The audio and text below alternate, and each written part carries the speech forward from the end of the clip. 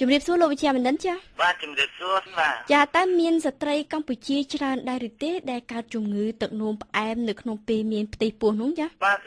កន្លងមកជំងឺទឹកនោមផ្អែមដែលកើតឡើងនៅពេលដែលស្ត្រីមានផ្ទៃពោះនៅប្រទេសជាតិអាចារ្យកម្ពុជាយើងហ្នឹង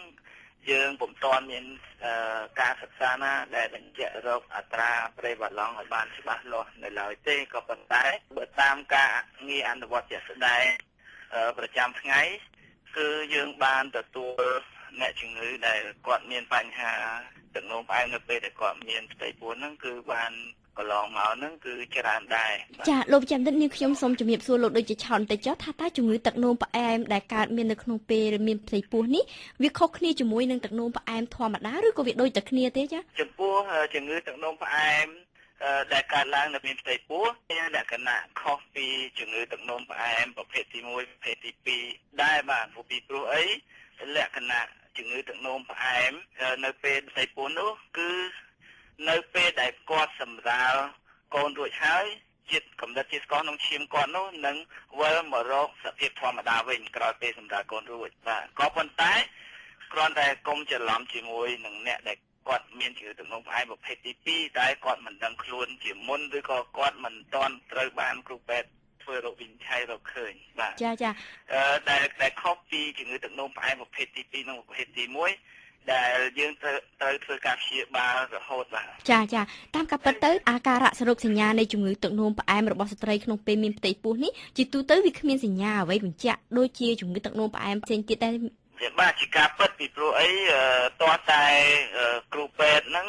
រកឃើញតែម្ដងភាគច្រើនគឺពេលដែលមកពិនិត្យផ្ទៃពោះពីសប្តាហ៍ទី24ឡើងទៅបានន័យថានៅចន្លោះសប្តាហ៍ទី24និង28គឺយើងអាចរកឃើញកម្រិតជាតិស្ករក្នុងឈាមបាទចា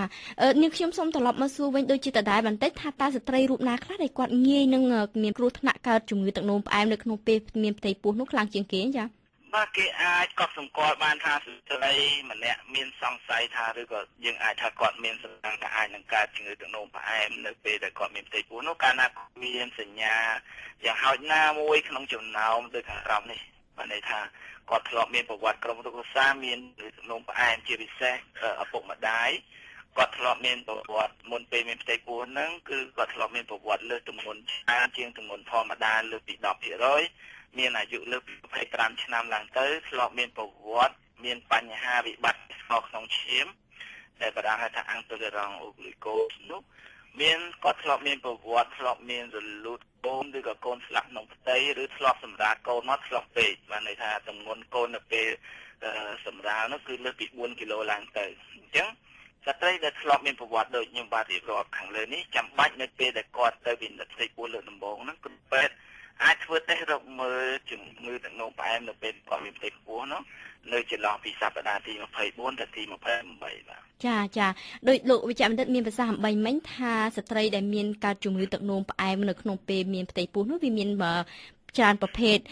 ស្ត្រីខ្លះគឺដោយសារគាត់មានប្រវត្តិធ្លាប់កើតជំងឺទឹកនោមផ្អែមផងនិងស្ត្រីខ្លះទៀតនោះគាត់កើតជំងឺទឹកនោមផ្អែមនេះគឺនៅក្នុងពេលដែលមានផ្ទៃពោះតែម្ដងដែលគេរកឃើញថាមានជំងឺនេះចំពោះស្ត្រីដែលគាត់កើតជំងឺទឹកនោមផ្អែមដែលគ្មានប្រវត្តិតាក់ទងនឹងជំងឺទឹកនោមផ្អែមពីមុនមកទេគាត់នឹងជាសះស្បើយទៅវិញនៅពេលដែលសម្រាលកូនឬក៏យ៉ាងណាចា៎បាទបើសិនជាគាត់មានប្រវត្តិថាតាក់ទងទៅនឹងជំងឺទឹកនោមផ្អែមពីមុនមកទេគឺស្ត្រីដែល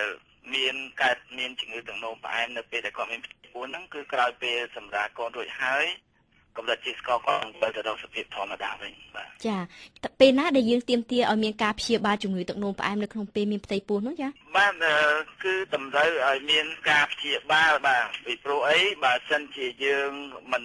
ធ្វើការព្យាបាលទេគ្រោះថ្នាក់ចំពោះម្ដាយនិងទារកហ្នឹងគឺនឹងកើតមានជាមិនខាន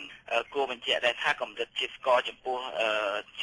អ្នកដែលមានជំងឺទឹកនោមផ្អែមនៅពេលមានផ្ទៃពោះត្រូវទាបជាងអ្នកជាតិស្ករនៃអ្នកដែលកើតជំងឺទឹកនោមផ្អែមប្រភេទទី2និងប្រភេទទី1អត់បាទចាអ្វីខ្លះទៅជាគ្រោះថ្នាក់សម្រាប់បាទចំពោះផលប៉ះពាល់មានច្រើនផលប៉ះពាល់នឹងកើតមានចំពោះម្ដាយនិងទារកនិងប៉ះពាល់ទៅដល់ពេលដែលក្មេងនោះធំឡើងគ្រោះថ្នាក់ចំពោះម្ដាយមានដូចជាឧស្សាហ៍រលូតគ្រោះថ្នាក់ចំពោះម្ដាយនៅពេលសម្រាលមានដូចជាព្រាយកាឡាភ្លើងជាដើម 10ទៅ10%នៃស្ត្រីដែលមានកើតជំងឺទឹកនោមផ្អែមនៅពេលមានផ្ទៃពោះនឹងមានជំងឺទឹកនោមផ្អែមនៅថ្ងៃខាងមុខបាទចំពោះផលប៉ះពាល់ចំពោះទារកវិញមានដូចជាទារកអាចមានក្បាលធំដែលធ្វើឲ្យពិបាកក្នុងពេលសម្រាលទារកស្លាប់ក្នុងផ្ទៃជួនកាលស្លាប់ពេលកើតឬក៏កើតបានប្រហែលថ្ងៃក្រោយមកស្លាប់បាទអញ្ចឹងបើពេលមានផ្ទៃពោះមិនបានព្យាបាលត្រឹមត្រូវកម្រិតជាតិស្ករក្នុងឈាមខ្ពស់នោះទារកកើតមកមានភាពមិនប្រក្រតីជួនកាលអាចមានការចុះជាតិស្ករក្នុងឈាមច្រើននៅពេលទារកទើបសម្រាលមកចំពោះផលប៉ះពាល់នៅពេលដល់ក្មេងនៅធំឡើងមានដូចជាអាចកើតជំងឺទឹកនោមផ្អែមប្រភេទទី2និងមានរោគធាត់ជាដើមចាក៏ប៉ុន្តែដោយសារថាវិទ្យាសាស្ត្រមានការរីកចម្រើនខ្លះគេអាចធ្វើការព្យាបាលជំងឺនេះបាននិងការពារជាទប់ស្កាត់បានទៀតផងមិនថាអញ្ចឹងអីចាបាទជាទូទៅចំពោះស្ត្រីដែលមានបញ្ហាវិបត្តិលើសជាតិស្ករនៅពេលមានផ្ទៃពោះគឺតម្រូវទាមទារក្នុងការធ្វើការព្យាបាលចាំបាច់និងតាមដានឲ្យបានត្រឹមត្រូវជាទីបំផុតបាទនៅក្នុងការព្យាបាលជំងឺទឹកនោមផ្អែមជាគោលការណ៍គឺ4យ៉ាងដែលយើងអ្នកជំងឺត្រូវគោរពឲ្យបាននោះគឺទី1ចំណីអាហារបានត្រឹមត្រូវទី2ការប្រើឱសថទី3ការតាមដានកម្រិតជាតិស្ករនិងការណាត់ជាមួយគ្រូពេទ្យនិងមានការលំហាត់ប្រាណជាដើមបាទគោលការណ៍ទាំង4នេះអ្នកជំងឺទឹកនោមផ្អែមគ្រប់រូបត្រូវគោរពឲ្យបានដើម្បីជៀសវាងនៅផលវិបាកធ្ងន់ធ្ងរដែលអាចកើតមាននៅថ្ងៃខាងមុខដោយឡែកស្ត្រីដែលមានជំងឺទឹកនោមផ្អែមនៅពេលមានផ្ទៃពោះនោះត្រូវធ្វើការព្យាបាលនិងតាមដានជាមួយគ្រូពេទ្យនិងខាងជំងឺទឹកនោមផ្អែមរាល់2សប្តាហ៍ម្ដងរហូតដល់ពេលសម្រាលពីព្រោះការប្រើឱសថចំពោះស្ត្រីដែលមានជំងឺទឹកនោមផ្អែមនៅពេលមានផ្ទៃពោះនោះមិនមែន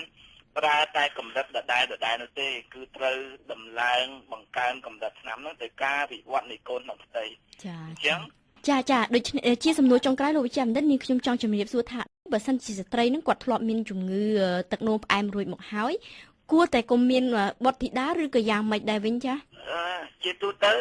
ស្ត្រីដែលមានជំងឺទឹកនោមផ្អែមគឺគាត់អាចមានផ្ទៃពោះបានដូចអ្នកគ្មានការជំងឺទឹកនោមផ្អែមដែរលើកលែងតែគាត់មានបញ្ហាផ្សេងដូចជាមានជំងឺបេះដូងជាពិសេសជំងឺសរសៃឈាមបេះដូងឬក៏គាត់មានជំងឺទឹកនោមផ្អែមគាត់មិនអាចគ្រប់គ្រងជាតិស្ករបានត្រឹមត្រូវបាទមានករណីនេះគួរតែជៀសវាងកុំឲ្យមានផ្ទៃពោះបាទក៏ប៉ុន្តែ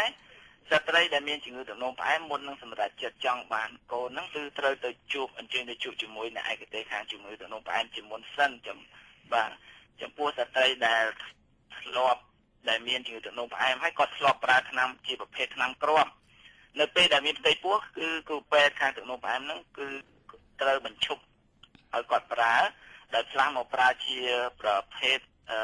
ថ្នាំចាក់ទៅវិញដើម្បីឲ្យមានសុវត្ថិភាពទាំងមុននិងក្រោយពេលសម្រាប់កូនអរគុណលោកវិជ្ជបណ្ឌិតណាស់ដែលអនុញ្ញាតឲ្យនាងខ្ញុំធ្វើបទសម្ភាសន៍នៅថ្ងៃនេះសូមបញ្ជាក់ថាលោកវិជ្ជបណ្ឌិតទូចខុនគឺជាអនុប្រធានផ្នែកនៃជំងឺទូទៅទទួលបន្ទុកជំងឺទឹកនោមផ្អែមនៅមន្ទីរពេទ្យព្រះកុសុមៈក្រុងភ្នំពេញ